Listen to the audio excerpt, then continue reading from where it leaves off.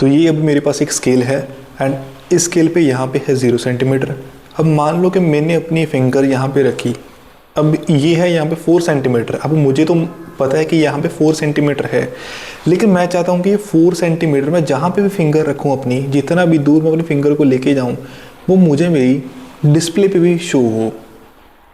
कि जहाँ पे मान लो मैं रैंडमली कहीं भी फिंगर रख दूँ, अब मुझे यहाँ पे तो देख के पता चल जाए कितनी सेंटीमीटर है, लेकिन मैं चाहता हूँ इस सेंटीमीटर को मैं डिस्प्ले में शो करूँ कि अगर मैं यहाँ पे ले जाऊँ तो वो भी डायरेक्टली वहाँ पे शो हो जाए मुझे डिस्प्ले में। तो इस चीज़ को करने के लिए हमारे पास एक डिवाइस होता है, उसको बोलते हैं LVDT, linear variable differential transformer. Yes, it works on the principle of transformer. तो ये है वो डिवाइस। अब इसमें आप देखेंगे कि हमारे पास एक यहाँ पे एक स्लाइड करने वाली एक रॉड है।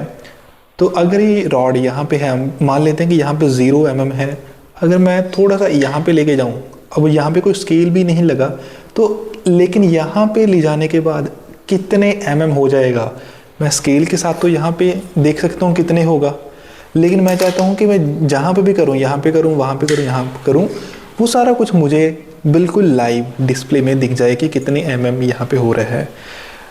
मेरे पास यहाँ पे एक जैसे हमारे पास एक वर्नियर कैलिपर होता है, उसमें जो स्केल लगा होता है, सॉरी स्क्रू गेज होता है, उसमें जो स्केल लगा होता है वैसा एक स्केल यहाँ पे भी है। एंड आगे यहाँ पे देखने के बाद कि कितने mm हम लेंगे, बेसिकली ये जो हमने यहाँ पे स्क्रू गेज लगाया है ये इसको कैलिब्रेट करने के लिए है। आज हम इस इंस्ट्रूमेंट को कैलिब्रेट भी करेंगे कि ये 0 पे सेट हो जाए, देन जहाँ पे भी मूव होगा हमें जो सेम रीडिंग है जो हमें स्क्रू गेज में मिलेगी वही सेम रीडिंग हमारे डिस्प्ले में भी मिलेगी। ये हम सारा कुछ आज करके देखेंगे। आज की वीडियो में देखेंगे कैसे LVDT वर्क करता है, कैसे हम इसको कैलिब्रेट कर सकते हैं। तो अगर आपने अभी तक भी हमारे चैनल को सब्सक्राइब नहीं किया, सबसे पहले चैनल को सब्सक्राइब कर लीजिए। My name is HPS and you are watching Heracles life. Video को कर दीजिए लाइक। अब हम शुरू करते हैं अपनी इस वीडियो को, LVDT के एक्सपेरिमेंट को, कि LVDT कैसे काम करता है। तो जैसे मैंने आपको बताया कि LVDT एक ट्रांसफार्मर होता है, लेकिन इस ट्रांसफार्मर में 2 वाइंडिंग्स की जगह 3 वाइंडिंग्स होती हैं। एक प्राइमरी वाइंडिंग, जैसे आपको पता होगा एक प्राइमरी वाइंडिंग होती है, एक सेकेंडरी वाइंडिंग होती है, लेकिन इसमें एक प्राइमरी वाइंडिंग, 2 सेकेंडरी वाइंडिंग्स हैं। यस, 2 सेकेंडरी वाइंडिंग्स हैं एंड 2 सेकेंडरी वाइंडिंग्स लगी हुई हैं सीरीज में। सीरीज में कैसे लगी हुई हैं? एक की जो सीरीज है वो दूसरे की ऑपोजिट पर लगी हुई है, मींस के प्लस माइनस डिफरेंट कर दिया। सो बेसिकली वो सीरीज में ऐड नहीं होंगे, माइनस हो जाएंगे। जैसे कि अगर हम कोई हमारे पास 2 सेल हैं, एक के साइड पॉजिटिव है दूसरे के साइड नेगेटिव है, अगर नेगेटिव को पॉजिटिव की साइड लगाएं दूसरे सेल की तो वो ऐड हो जाएंगे, लेकिन अगर नेगेटिव को नेगेटिव की जगह लगा दें तो वो माइनस होंगे, बेसिकली सब्ट्रैक्ट होंगे, या उनका सम होगा। ये ऐसे हमारा जो इसका फॉर्मूला होता है वो होता है E = E1 - E2 या फिर E0 = E1 - E2। तो इस तरीके से सीरीज ऑपोजिशन में दोनों वाइंडिंग, दोनों सेकेंडरी वाइंडिंग्स कनेक्ट होती हैं। एंड हमारी जो आयरन रॉड होती है इसमें, तो जहाँ पे भी वो जाती है, क्योंकि उसकी फिर परमेबिलिटी चेंज हो जाती है दोनों वाइंडिंग्स की, कि जो प्राइमरी वाइंडिंग से मैग्नेटिक फील्ड आ रही है, म्यूचुअल इंडक्शन होगी दोनों वाइंडिंग्स में, वो रॉड को आगे पीछे करेंगे तो उनकी जो परमेबिलिटी है, म्यूचुअल इंडक्शन है, वो चेंज होगी। उसके वजह से हमारी आउटपुट में वोल्टेज चेंज होगी एंड उसी बेस के वोल्टेज अगर चेंज हो सकती है हमारी रॉड को चेंज करते हुए, उसको हम फिर कैलिब्रेट कर देंगे mm में। मैं आपको अभी सारा एक्सपेरिमेंट परफॉर्म करके दिखाता हूँ। मैंने बेसिकली आपको एक थोड़ा सा बता दिया कैसे LVDT काम करता है, एक लाइव प्रैक्टिकल कैसे एक एक्चुअल में LVDT होता है। अब हम आगे शुरू करते हैं। प्रैक्टिकली LVDT कुछ इस तरीके का दिखता है। अगर मैं थोड़ा जूम करके दिखाऊं तो इसमें आप देख भी सकते हैं कि 3 वायर्स लगी हुई हैं तीनों वाइंडिंग्स पे। टोटल बेसिकली 4 वायर्स हैं, एक ग्राउंड का होगा, कॉमन होगा हमारा, बाकी 3 वायर्स हैं। इसको हम इंडक्टिव ट्रांसड्यूसर भी बोलते हैं। ट्रांसड्यूसर मीन्स जो एक सिग्नल को, हमारे इस मैकेनिकल सिग्नल को इलेक्ट्रिकल सिग्नल में कन्वर्ट करें, उसको ही ट्रांसड्यूसर बोलते हैं, जो एक सिग्नल को दूसरे सिग्नल में कन्वर्ट करता है। तो यहाँ पे हमारे पास 0 है, एडर है, इस पार्ट को छोड़ दीजिए, अलग पार्ट है, ये कैपेसिटिव ट्रांसड्यूसर है, रेजिस्टिव ट्रांसड्यूसर है, लेकिन अभी हम वर्क कर रहे हैं सिर्फ इंडक्टिव ट्रांसड्यूसर पे। तो यहाँ पे हमारे पास सिग्नल कंडीशनर है, इसकी जो आउटपुट है वो हम कनेक्ट करेंगे डिस्प्ले में। यहाँ पे हमारा जो टॉगल स्विच है वो mm पे हमने कर दिया है।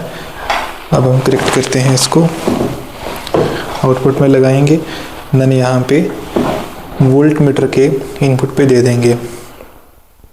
तो अगर मैं आपको दिखाऊँ अभी यहाँ पे, अगर मैं इसको चेंज करता हूँ तो आप देखेंगे रीडिंग जो है वो चेंज हो रही है, लेकिन अब ये कैलिब्रेट नहीं है। अगर मैं थोड़ा जूम करके दिखाऊँ, यहाँ पे जो स्क्रू गेज है वो अभी हमारा यहाँ पे कुछ रैंडम रीडिंग पे था, लेकिन इसको 0 पे कर देते हैं। ये हो गया 0 पे। तो अभी हमारा यहाँ पे जो 0 वाला पोटेंशियोमीटर है उसको थोड़ा सा घुमाएंगे एंड इसको 0 पे कर देंगे। तो 0 पे हो चुका है। अब हम क्या करेंगे, इसको 5 mm आगे करेंगे। 0 पे तो हो चुका है, लेकिन हमने इसकी रेटिंग भी सेट करनी है। 5 mm आगे करते हैं। ये हो चुका है 5 mm आगे। अब हम क्या करेंगे, यहाँ पे जैसे आप देखेंगे 5.3 आ रहा है, इसको भी करेक्ट करना है, वो हम करेंगे एडर के साथ।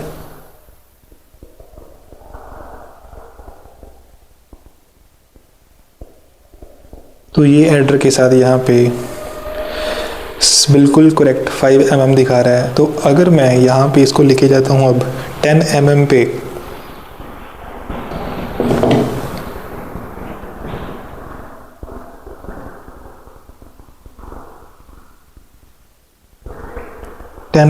हो चुके हैं। यहाँ पे आप देखेंगे कि 10.1 दिखा रहा है, अप्रॉक्सीमेटली बिल्कुल सेम है। थोड़ा सा एरर आ सकता है, वो आप यहाँ से 1-2 बार इसको रीडिंग चेंज करके बेसिकली एरर को थोड़ा सा और करेक्ट करेंगे तो आपकी रीडिंग्स और बेटर आने लग जाएंगी। अगर मैं थोड़ा सा पीछे करता हूँ, 8 mm पे करता हूँ,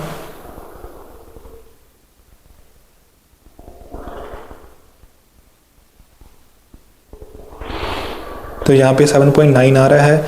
तो अप्रॉक्सीमेटली बिल्कुल 8 mm ही है, थोड़ा सा एरर इसमें आ सकता है। तो इस तरीके से हम LVDT एक्सपेरिमेंट को परफॉर्म कर सकते हैं।